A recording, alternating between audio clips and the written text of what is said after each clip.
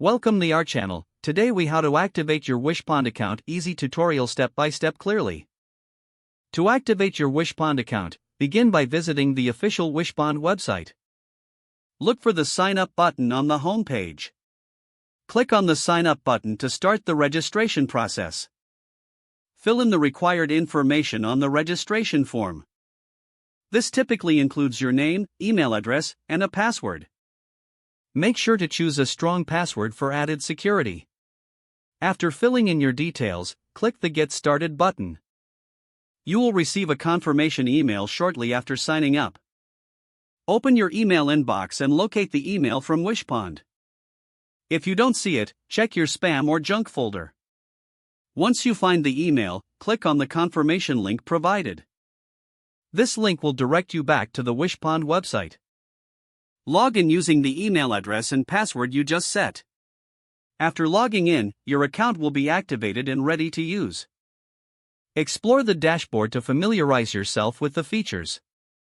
If you have any issues, use the help resources available on the website. Now you can start utilizing Wishpond for your marketing needs. Congratulations on activating your account. If the page does not load, refresh the browser or try again in a private or incognito window. Make sure you are using the correct email address, then retype it carefully to avoid small typos.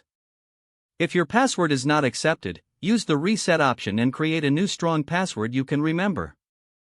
Check your spam folder for verification or security emails, then complete any requested confirmation steps.